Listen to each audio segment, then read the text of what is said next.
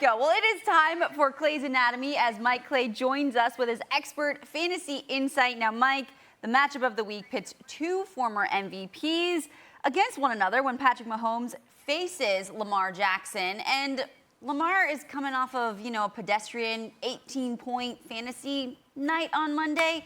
You are the one ranker to have him in your top three. Will we have a Lamar MVP week?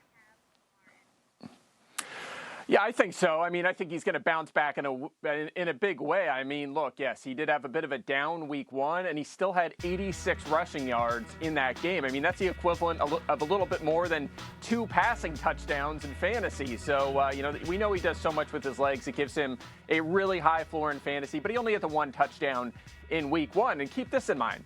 The Ravens offense over the past 2 years, the past 2 regular seasons, is #1 in the NFL in offensive touchdowns. So we know they're going to score more going forward. This is the highest projected game in the league this week, at least by my metric. So I expect a lot of scoring. I expect potentially a pass-heavy game script for Baltimore if the Chiefs are scoring a lot and they have to play catch-up, much like the Browns did last year, had to keep scoring late in that game to keep pace with the Chiefs. So I expect a bounce-back week here for one of the best players in the league. Well, they just weren't ready for that juggernaut known as the Raiders defense. I'm on cloud nine. All right, let's go to the running back position. We'll talk a little bit about Damien Harris. Mac Jones seemed to have New England poised for the comeback win until Damien Harris coughed it up in the red zone. He did have 23 carries for 100 yards, but Belichick hates turnovers more than I hate pie, which is difficult to do. So you're the lowest on Harris. Is it already buyer beware for you? Yeah, I threw my pie hate in there.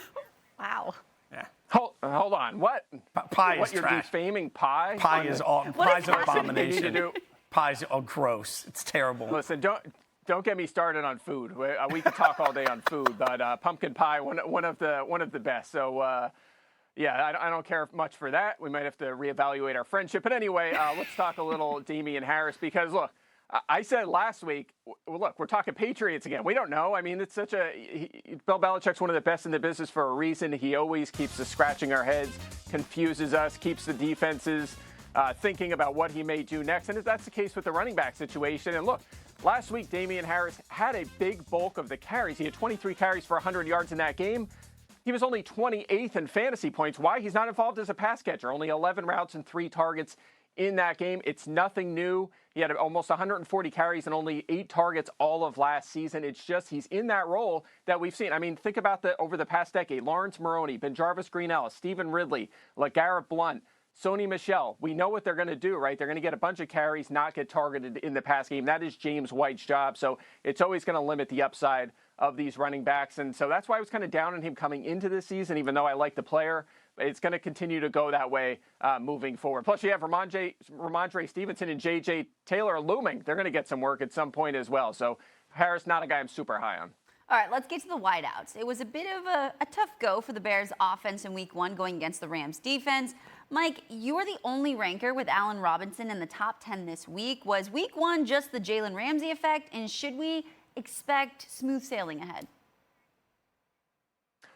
Oh, I think so. Allen Robinson, one of the best players in the league.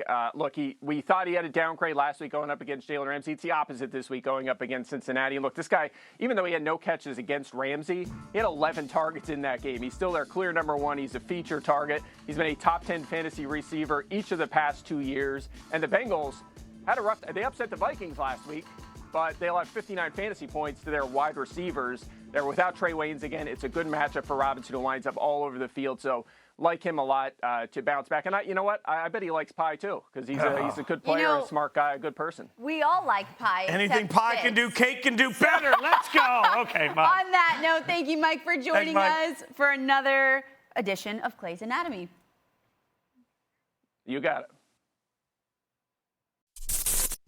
Thanks for watching ESPN on YouTube. For live streaming sports and premium content, subscribe to ESPN+.